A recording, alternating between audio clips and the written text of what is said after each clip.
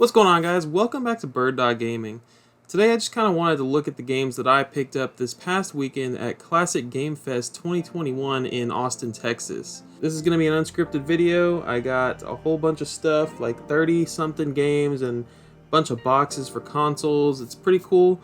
Nothing insane, but definitely wanted to make a video about it, so let's go ahead and get into it.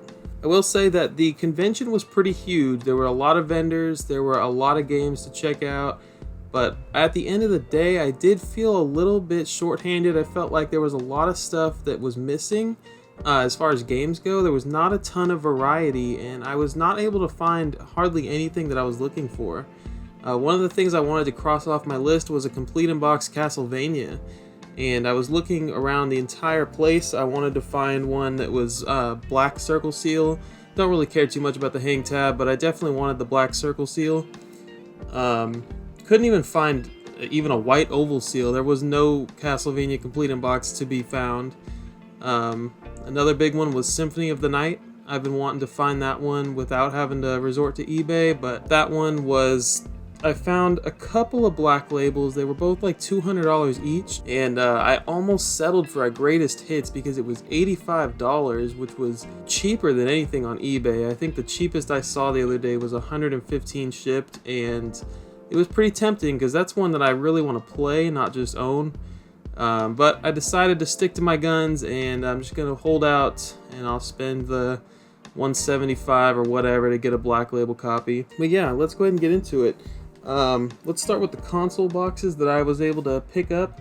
So when I walked in, the first thing I see at Classic Game Fest, the first thing I see is like bins and bins and bins of empty cardboard boxes for game consoles. They were a flat rate of $20 a piece. Now I'm not talking Wii boxes, PS4 boxes, like those were in there, but there was good stuff in there too, and I'm about to show you all the crap I got.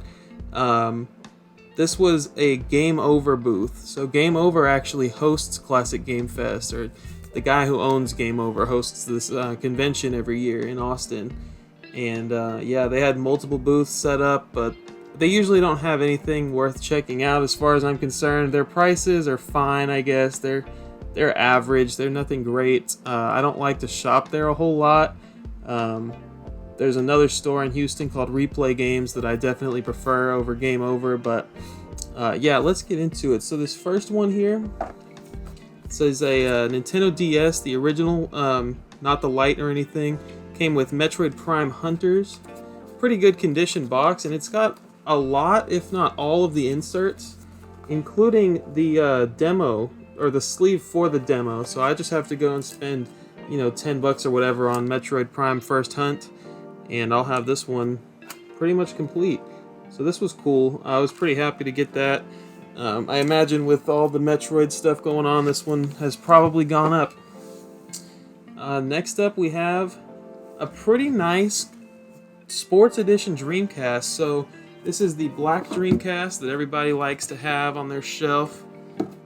Pretty darn good condition, actually.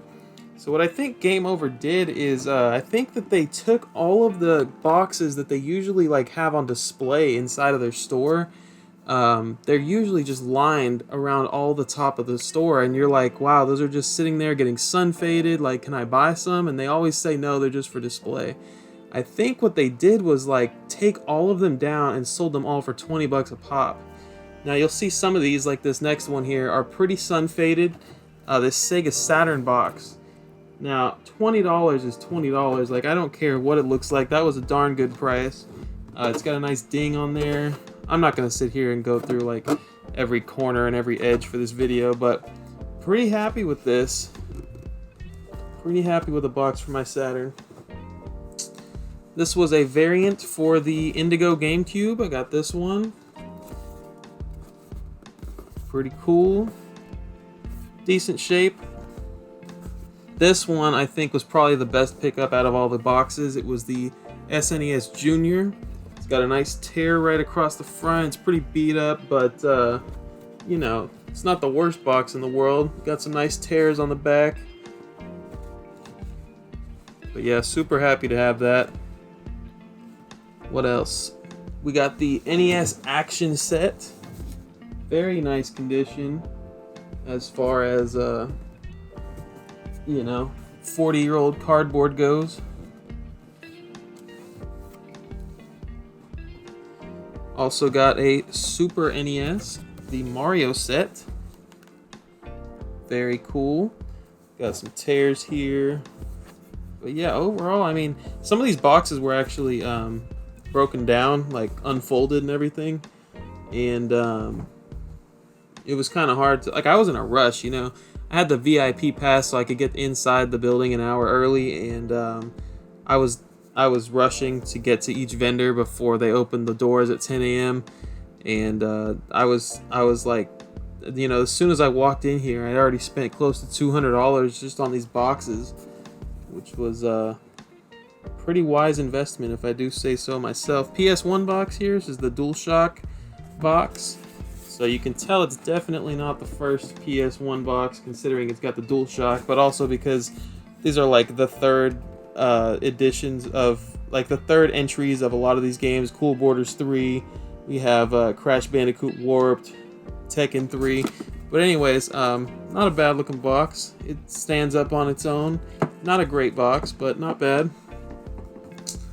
And I think the last one here is this behemoth, the Xbox, the original Xbox. This one is now going to sit right on top of the kiosk I got, which I haven't even shown you guys on YouTube yet, but if you follow me on social media, you know about my kiosk, because I can't stop posting about it. But yeah, very cool. I'm happy to have this one for sure. It was tough. There was so many. I mean, there was probably a console box for every console. Maybe not TurboGrafx. Maybe not like, I don't know, some of the more obscure stuff. But definitely not like a 32X box in there or Sega CD or anything. But the boxes I got, I'm happy with. Thought about getting one for PS2, but it was like, man, I already spent a lot of money. I still have like a few. I still have this whole convention to go check out, so I just kind of got 9 and I moved on. But yeah, that's it for the console boxes. Let's check out the games here. Got a lot of games. So this was Alien vs. Predator. I got it for $25. I saw on eBay it was like a $40 to $45 game, and I was like, okay, yeah, I think I'll pick that up. I'm an Alien fan. Why not? Looks very clean. I got Simon's Quest for $12. I don't think that was any crazy deal or anything, but this is a game that I was wanting to get loose at the convention, so I was happy to cross that one off the list. Very nice.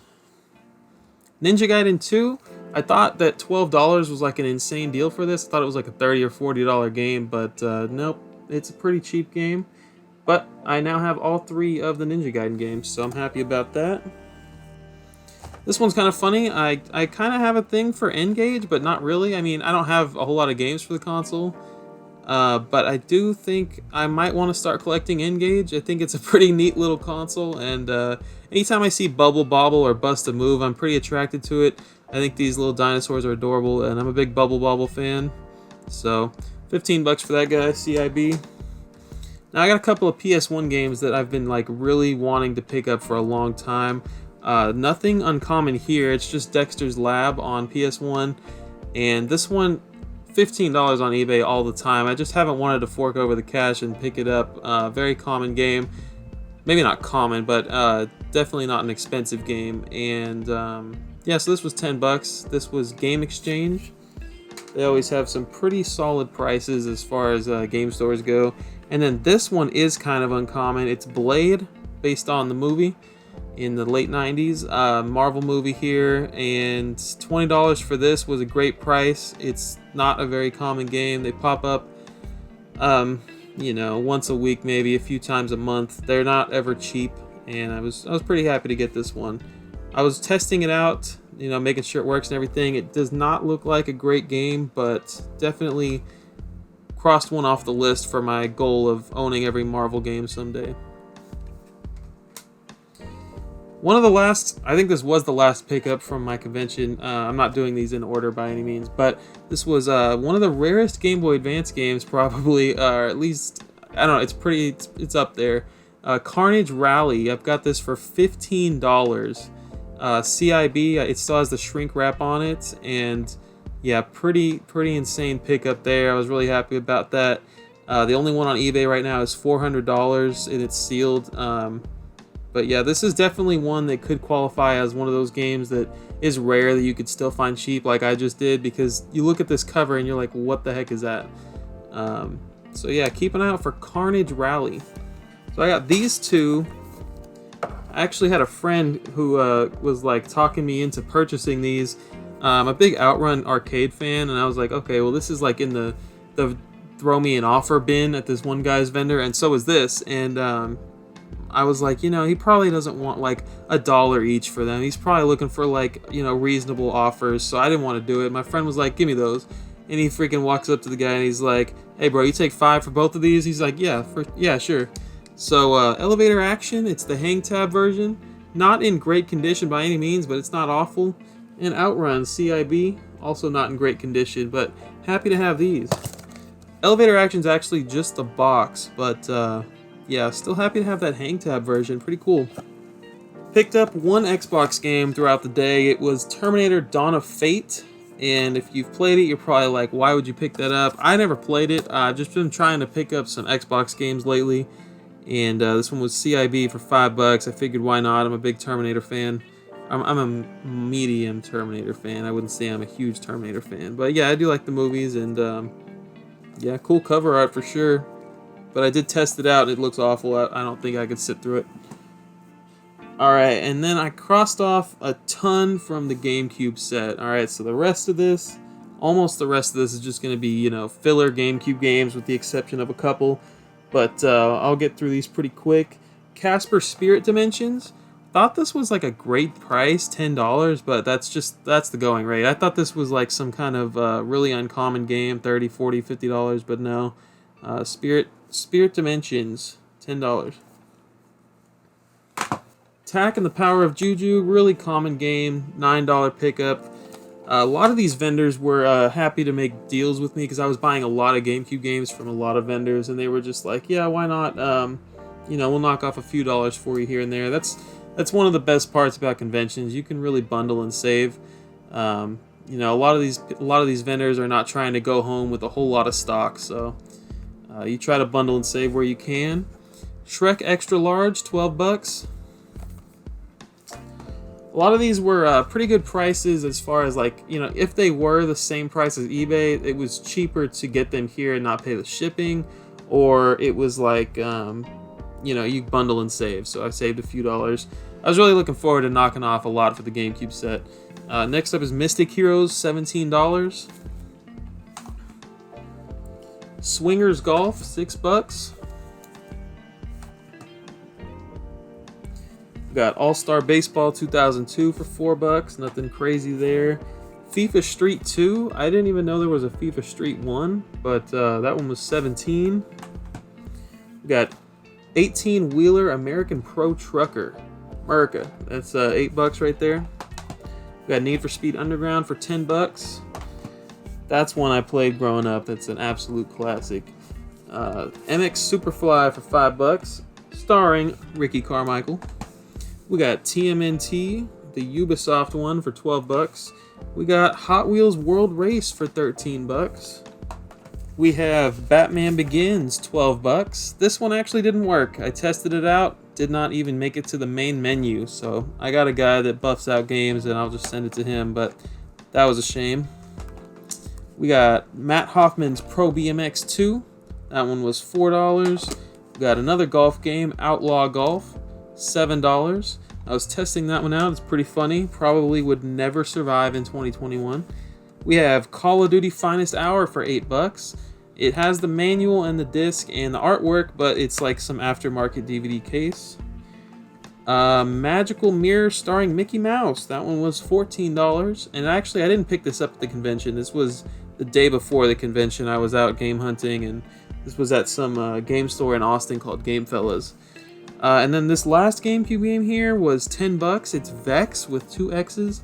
This is actually close to $50, this game right here, so I didn't even know it at the time, but this was a really good pickup.